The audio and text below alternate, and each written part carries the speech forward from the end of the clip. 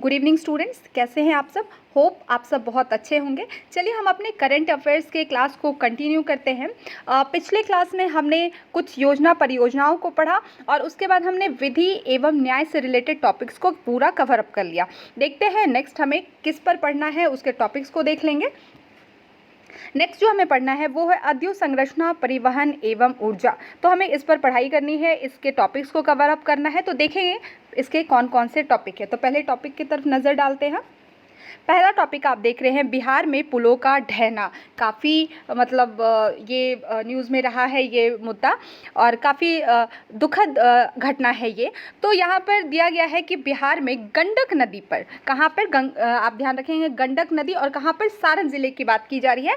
तो यहाँ पर एक पुल ढह गया, ठीक है, पूरी तरह से क्षतिग्रस्त हो गया और वो कोई ऐसा वैसा नहीं, वो 15 वर्ष पुराने यानी कि 15 साल पुराना वो पुल था जो कि जुलाई 2024 में क्या हो गया, ढह गया, ठीक है।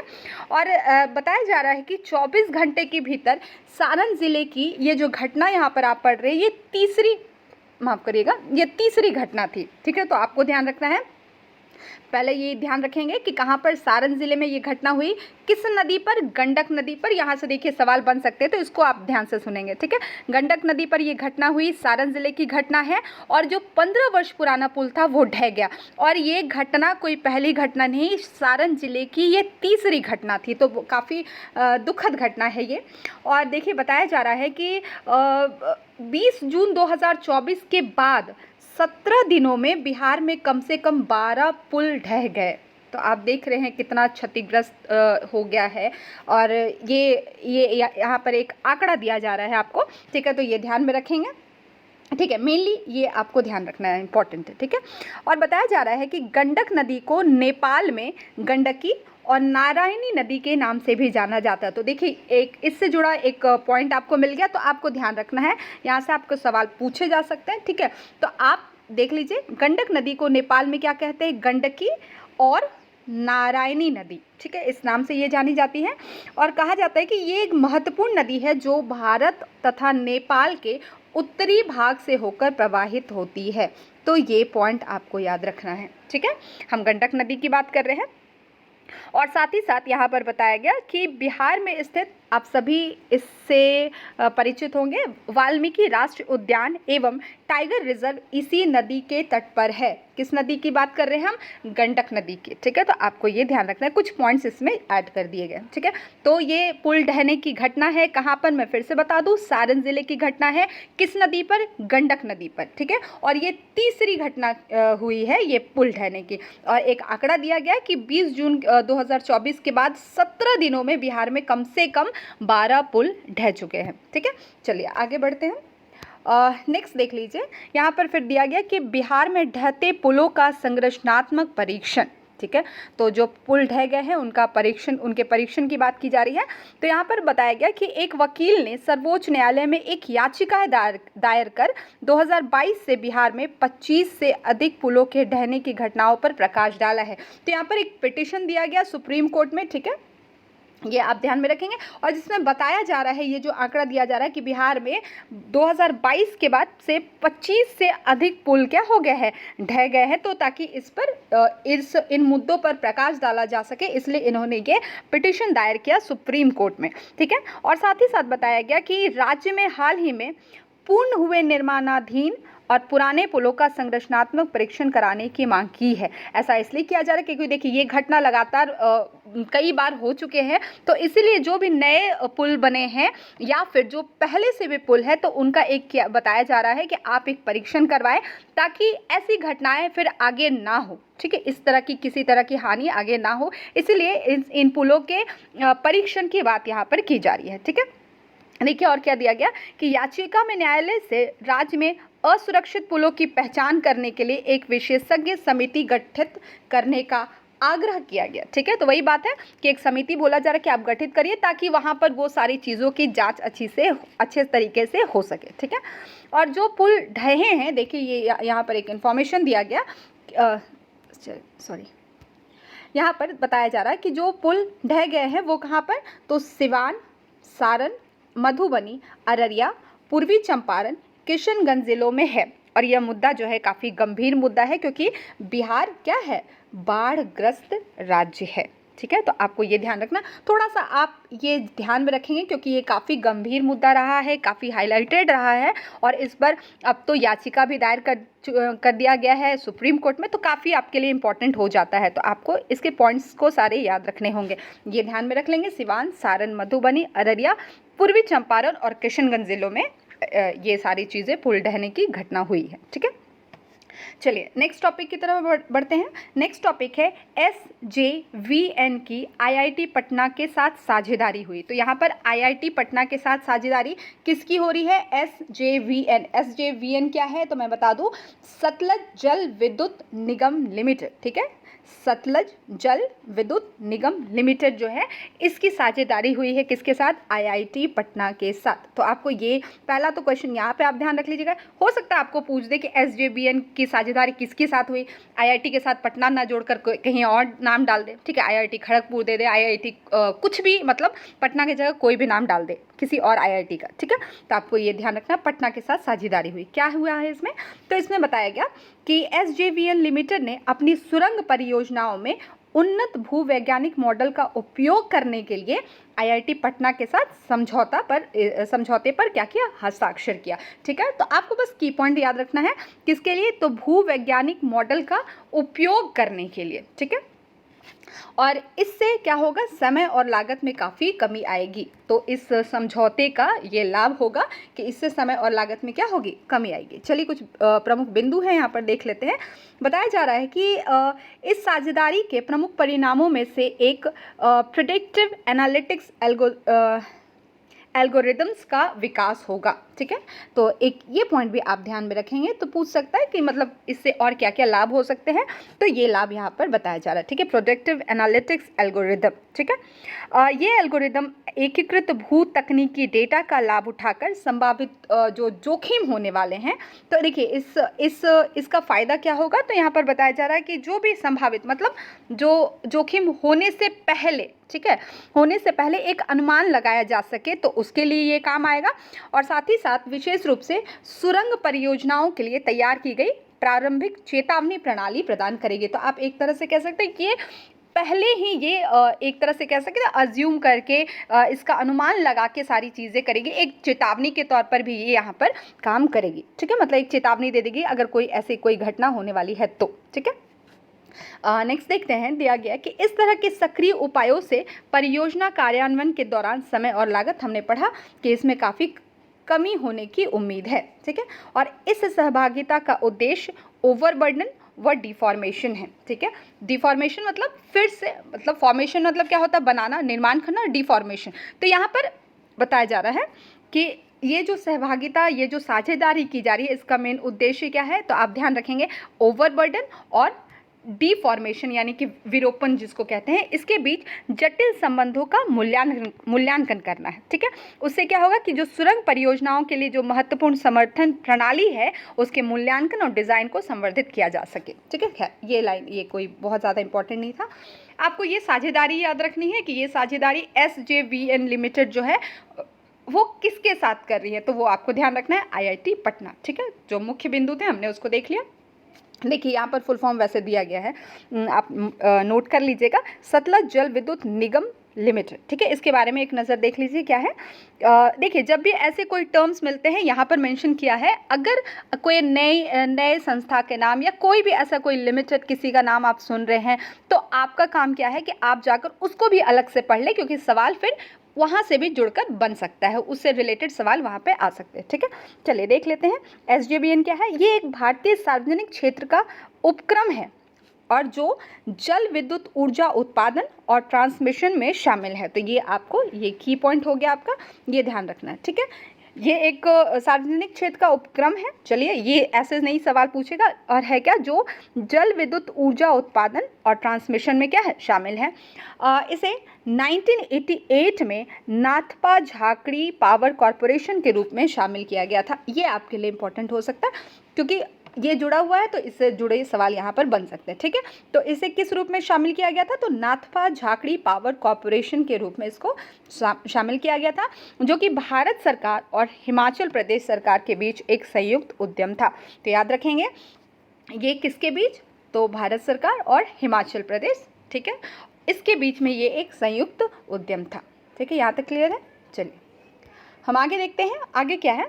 नेक्स्ट टॉपिक है बिहार को 2 नई वंदे भारत एक्सप्रेस। तो देखिए क्या दिया गया है कि मार्च 2024 में प्रधानमंत्री ने बिहार में 2 नई वंदे भारत एक्सप्रेस ट्रेनों के साथ राज्य में कई रेलवे परियोजनाओं का अनावरण किया। तो इसके साथ साथ और भी रेलवे परियोजनाओं का अनावरण किया है। यहाँ पर आपको याद रखना है कि बिहार में कितने वंदे भारत एक्सप्रेस के ये दिए जा रहे हैं, तो यहाँ पर आपको ध्यान रखना है 2 नए वंदे भारत एक्सप्रेस ट्रेन यहाँ पर इसका अनावरण किया जा रहा है, ठीक है। फिर उसके बारे में दिया गया कि ये प्रधानमंत्री जी ने वीडियो कॉन्फ्रेंसिंग के माध्यम से इसका अनावरण किया, और ये आंकड़ा दिया गया बहुत इंपॉर्टेंट नहीं है, 85,000 करोड़ रुपए की ये परियोजना है, ठीक है। नेक्स्ट पॉइंट देखते हैं, 2 नई वंदे भारत एक्सप्रेस ट्रेनें कौन कौन सी है, तो हमने पढ़ा 2 नई वंदे भारत ट्रेन, तो कौन कौन सा, एक पटना गोमती नगर और पटना न्यू जलपाईगुड़ी रूट पर संचालित की जाएगी। तो ये 2 जगह ये नाम आपको ध्यान रखना, ठीक है। पटना गोमती नगर और पटना न्यू जलपाईगुड़ी रूट पर ये संचालित होगी। और पटना गोमती नगर वंदे भारत का पड़ाव वाराणसी और अयोध्या धाम के तीर्थ नगरों में होगा, ठीक है। तो इसका जो पड़ाव दिया गया है पटना गोमती नगर का, तो ये कहाँ पर, वाराणसी और अयोध्या धाम के तीर्थ नगरों से ये इसका पड़ाव होगा, ठीक है। तो यहाँ तक क्लियर है। तो आपको ध्यान रखना है मेन पॉइंट कि बिहार में 2 नई वंदे भारत एक्सप्रेस का अनावरण हुआ, ठीक है। और ये कौन कौन से, तो ये आपको ये नाम याद रखना है, ठीक है। चलिए नेक्स्ट देखते हैं। नेक्स्ट है बिहार की इलेक्ट्रिक मोबिलिटी को बढ़ावा देने हेतु ईवी की खरीद। ईवी आप समझते हैं इलेक्ट्रिक वाहन, ठीक है। देखिए ये यहाँ पर दिया गया है कि बिहार के इलेक्ट्रिक मोबिलिटी को बढ़ावा देने के लिए इसकी खरीद की बात की जा रही है यहाँ पर। तो देखिए एक कहीं ना कहीं अगर यहाँ पर ये बताया जा रहा है कि इलेक्ट्रिक मोबिलिटी, तो साथ ही साथ इसका एक हम इम्पैक्ट, इसका प्रभाव हम ये भी देख सकते हैं। तो जो इसके आ जाने से या इसके ज़्यादा उपयोग से क्या होगा कि पर्यावरण भी दूषित कम होगा, जो बहुत ही ज़्यादा प्रदूषित हो चुका है वो भी क्या होगा, कम होगा, ठीक है। तो देखिए यहाँ पर क्या दिया गया कि जनवरी 2024 में मुख्यमंत्री ने पटना में आयोजित बिहार इलेक्ट्रिक वाहन यानी कि ईवी कॉन्क्लेव और एक्सपो के दौरान 2 इलेक्ट्रिक कारों की खरीद की घोषणा की, ठीक है। और यह बिहार में सतत और पर्यावरण अनुकूल, देखिए मैंने अभी बताया, पर्यावरण अनुकूल परिवहन को क्या होगा, बढ़ावा देने की दिशा में एक महत्वपूर्ण कदम है, क्योंकि प्रदूषण जिस तरह से बढ़ रहे तो कहीं ना कहीं उसको यहाँ पर कंट्रोल किया जा सकेगा बहुत हद तक। तो ये एक अच्छी पहल है। और यह कार्यक्रम विश्व संसाधन संस्थान भारत और बिहार राज्य प्रदूषण नियंत्रण बोर्ड के सहयोग से बिहार परिवहन विभाग द्वारा आयोजित किया गया था।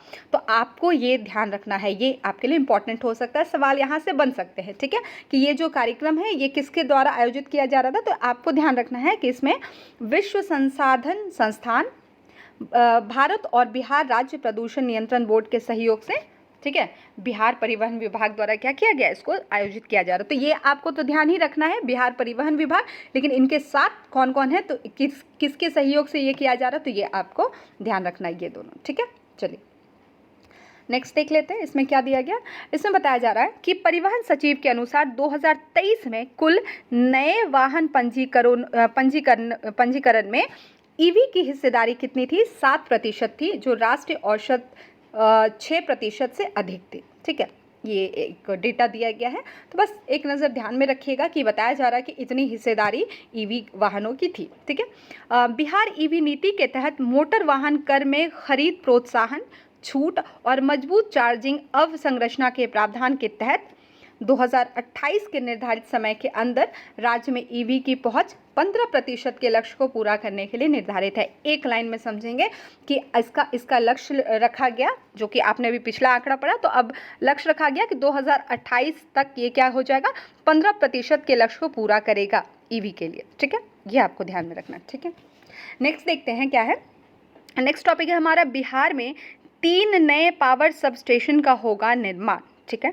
तो देखिए क्या दिया गया कि बिहार में निर्बाध और गुणवत्तापूर्ण बिजली आपूर्ति सुनिश्चित करने के लिए वैशाली, बेगूसराय और बिहार शरीफ में करीब 37 करोड़ रुपए की लागत से 3 नए पावर सबस्टेशन का निर्माण किया जाएगा। तो देखिए आपको मेन याद रखना है ये 3 नाम, वैशाली, बेगूसराय और बिहार शरीफ, यहाँ पर 3 नए पावर सबस्टेशन का क्या होगा, निर्माण किया जाएगा।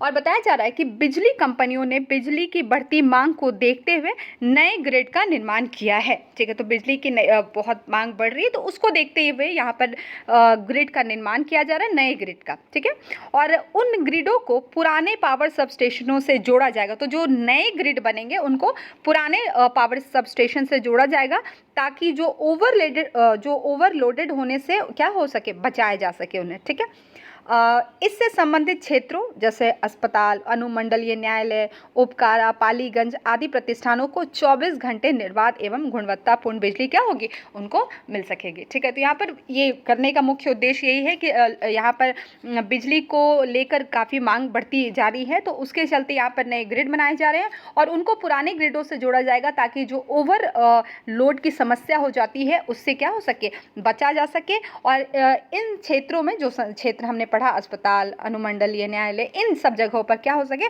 24 घंटे बिजली की आपूर्ति की जा सके। ठीक है, चलिए नेक्स्ट देखते हैं क्या दिया गया। बिजली के घरेलू उपयोग में बिहार बना देश का तीसरा राज्य। तो पहला सवाल तो आपका यहीं से बन जाएगा, तो इसको आपको ध्यान में रखना है कि घरेलू उपयोग में बिजली का जो घरेलू उपयोग होता है उसमें बिहार जो है वो पूरे देश का तीसरा राज्य बना है। ठीक है, तो आपको पहले ये ध्यान रखना है कि पहला और दूसरा कौन है, तो पहला है असम और दूसरे पायदान पर है झारखंड। तो जो घरेलू उपयोग हो रहे हैं बिजली के, उसमें सबसे पहला है असम, दूसरा है झारखंड और तीसरा बना है बिहार। तो आप ऑब्वियसली बिहार का एग्जाम देने जा रहे हैं, तो ये बात आपको पता होनी चाहिए। ठीक है, अब देखिए क्या दिया गया है कि 2 अक्टूबर 2023 को जारी केंद्र सरकार की रिपोर्ट के अनुसार, यहाँ पर एक रिपोर्ट आई है केंद्र सरकार की, उसके अनुसार बताया जा रहा है जो घरेलू बिजली उपभोक्ता है इस मामले में बिहार तीसरे पायदान पर है। ठीक है, मतलब जो घर में जो बिजली कंज्यूम किया जाता है, जो घर के लोग बिजली को कंज्यूम करते हैं, उस मामले में बिहार तीसरे पर है। और पहले पायदान पर देखिए यहाँ पर दिया गया, पहले पायदान पर असम और दूसरे पर झारखंड है। तो आपको ये क्लियर होना चाहिए। ठीक है, आप तीनों नाम याद रखेंगे, असम, झारखंड एंड देन बिहार। ठीक है, और इस रिपोर्ट के अनुसार बताया गया कि असम में जो कुल उपभोक्ता है उसमें सबसे अधिक कितना दे रहा है, देखिए 93% घरेलू बिजली उपभोक्ता है, 93%। और जो झारखंड है उसमें 92.6% उपभोक्ता घरेलू के श्रेणी है। ठीक है, तो आपको इतना परसेंटेज में नहीं उलझना है। और बिहार का आप थोड़ा ध्यान में रख लीजिएगा कि बिहार में वो भी उत्तर बिहार की बात की जा रही है, जहाँ पर north Bihar power distribution company limited में यहाँ पर 92.1%। ठीक है, और दक्षिण बिहार की अगर बात की जाए, जो south Bihar power distribution company limited है, तो वहाँ पर 86.8% जो बिजली है, घरेलू बिजली के उपभोक्ता वहाँ पर है। ठीक है, चलिए नेक्स्ट देखते हैं पॉइंट क्या है कि बताया जा रहा है कि अन्य राज्यों में जहाँ बिजली की खपत कम हो गई थी, वहीं बिहार में यह खपत क्या हो गया, बढ़ गया। ठीक है, उत्तर बिहार में, और देख लीजिए उत्तर बिहार में यहाँ पर ज़्यादा दिया गया, तो यहाँ पर बताया जा रहा कि उत्तर बिहार में जो शहरी उपभोक्ता है वो मात्र 16%, जबकि दक्षिण बिहार में क्या है, 29% है। ठीक है, तो यहाँ पर बताया जा रहा है कि उत्तर बिहार में जो शहरी उपभोक्ता है उनका ऐसे डिवाइड करके बताया गया, तो शहरी उपभोक्ता का मात्र 16%, जबकि दक्षिण बिहार में 29% है। और ग्रामीण इलाकों की अगर बात की जा रही है, तो ये थोड़ा सा आप ध्यान में रखेंगे। ठीक है, चूँकि ये डेटा है लेकिन थोड़ा इंपॉर्टेंट है। और ग्रामीण इलाकों में उत्तर बिहार में देख रहे हैं आप 84% और दक्षिण बिहार में 71%। तो ये ग्रामीण इलाका का है और ऊपर मैंने शहरी इलाका का पढ़ा, तो आप इसको 2 पार्ट में डिवाइड करके आप एक जगह आंकड़ा लिख लेंगे। ठीक है, और गैर घरेलू बिजली उपभोक्ताओं में उत्तर बिहार 6%, तो दक्षिण बिहार 7.7% है। ठीक है, मतलब गैर घरेलू बिजली की उपभोक्ता की बात की जा रही है, मतलब घर की बात नहीं की जा रही है, जो इससे बाहर की बात की जा रही है। तो यहाँ पर जो बिजली उपयोग किया जाता है, तो यहाँ पर उत्तर बिहार में ये आंकड़ा दिया गया है और दक्षिण बिहार में जो आंकड़ा है वो 7.7% है। ठीक है, मतलब आप इसको इस तरह से कह सकते हैं, जो गैर घरेलू, जो कमर्शियल पर्पस के लिए जो बिजली उपयोग किया जाता है, ये उसकी बात की जा रही है। ठीक है, ये आप ध्यान रखेंगे। चलिए नेक्स्ट देखते हैं। नेक्स्ट टॉपिक है पटना हावड़ा वंदे भारत ट्रेन। ठीक है, देख लीजिए, अभी हमने पढ़ा तो यहाँ पर दिया गया कि 2023 को प्रधानमंत्री नरेंद्र मोदी ने कुल 9 वंदे भारत ट्रेनों को वीडियो कॉन्फ्रेंसिंग से हरी झंडी दिखाकर रवाना किया, जिसमें पटना हावड़ा वंदे भारत ट्रेन भी शामिल थी। ठीक है, साथ ही साथ बताया जा रहा है कि पटना से हावड़ा के बीच चलने वाली यह ट्रेन 2 राज्यों को जोड़ेगी, तो ये आपके लिए इम्पोर्टेंट होगा। और वहीं बिहार में चलने वाली यह दूसरी वंदे भारत ट्रेन है, तो आपको ये ध्यान में रखना है कि बिहार में चलने वाली यह दूसरी वंदे भारत ट्रेन है। ठीक है, और साथ ही साथ इस वंदे भारत ट्रेन का ठहराव जो दिया गया है वो है पटना साहिब, मोकामा, लखीसराय, जसीडीह, जामताड़ा, आसनसोल, दुर्गापुर, हावड़ा पर रहेगा। तो ये आपको इसको रटने की ज़रूरत नहीं है, ये 2 पॉइंट आपको दिमाग में रखना है। ठीक है, नेक्स्ट देखते हैं। नेक्स्ट क्या दिया गया कि जल संचय के लिए पटना में बनेंगे 21 चेक डैम। ठीक है, तो जल के संचय के लिए, तो देखिए चेक डैम क्या होता है, डैम तो आपको पता ही है। ठीक है, डैम आप जानते हैं, और चेक डैम क्या होता है, तो आप कह सकते हैं एक तरह से चेक डैम को छोटा डैम कह लीजिए, या फिर ये अस्थाई होता है, या आप कह लीजिए कि एक ज़रूरत पड़ने पर इसे बनाया जाता है। ठीक है, ये भी डैम की तरह ही होता है। ठीक है, तो ये क्या है, देखिए बिहार सरकार ने पटना ज़िले में जल के संचय के लिए 21 चेक डैम बनाए जाने की क्या की है, मंजूरी दी है। ठीक है, और बताया जा रहा है कि पटना ज़िले में पहले 80 चेक डैम बनाने की योजना थी, लेकिन बाद में ये सर्वे वगैरह हुआ होगा, या जो फिर पता चला तो लोगों को यहाँ पर फिर ये पता चला, ये महसूस हुआ कि नहीं, उतने की ज़रूरत नहीं है, बस 21 की ही ज़रूरत यहाँ पर महसूस हुई। ठीक है, 21 चेक डैम। तो देखिए आपने यहाँ पर पढ़ा कि जल संचय के लिए कितना डैम बनेगा, 21। पहले बोला गया था कि चलो पटना में 80 बनाने की बात की जा रही थी, लेकिन फिर वो आकर 21 हो गया। ठीक है, और बताया जा रहा है कि मनरेगा द्वारा बनाए चेक डैम न्यूनतम 1500 वर्ग फीट में होता है। ठीक है, ये भी आप ध्यान रखेंगे। और एक चेक डैम बनाने के लिए न्यूनतम 1500 वर्ग फीट क्षेत्र की ज़रूरत होती है। ठीक है, तो इतने की क्षेत्र की ज़रूरत होगी यहाँ पर।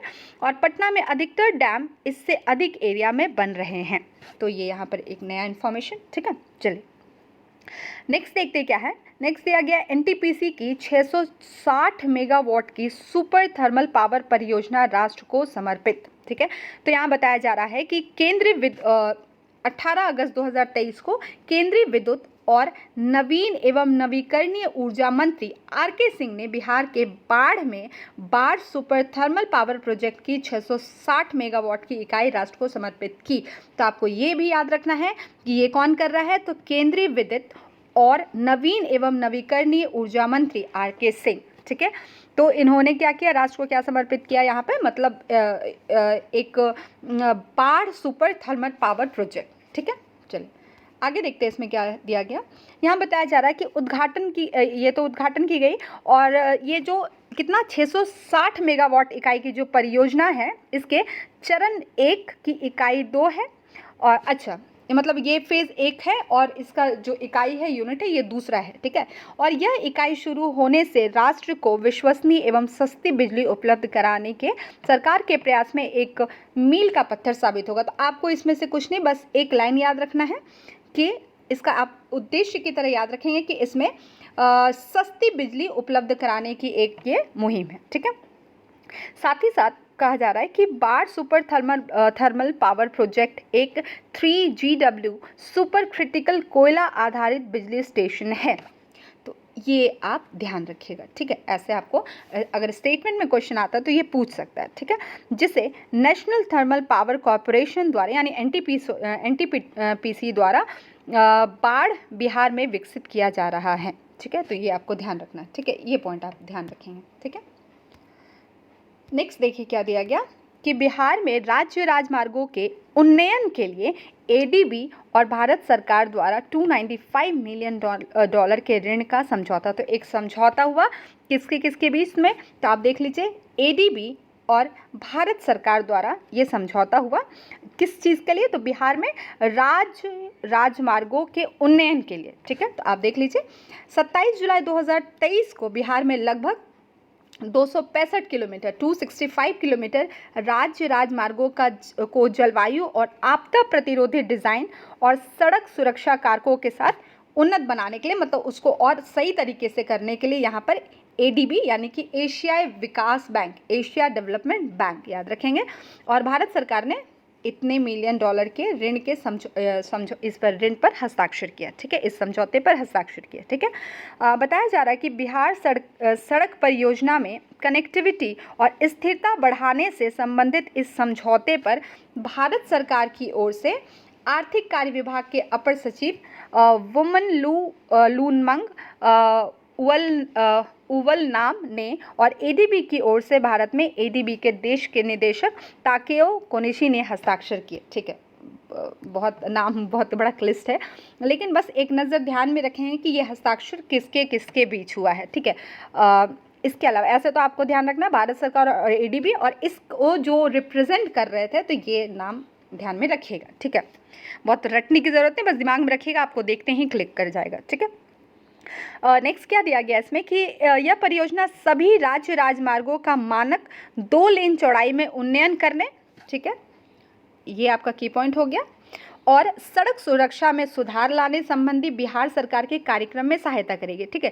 तो ये दोनों की पॉइंट आपको ध्यान रखना है, ठीक है, कि 2 लेन चौड़ाई में उन्नयन और साथ ही साथ जो सड़क में जो सड़क सुरक्षा जो रिलेटेड मुद्दे हैं, तो उस पर सुधार लाने से रिलेटेड ये इस पर यहाँ पर हेल्प करेगी, ठीक है।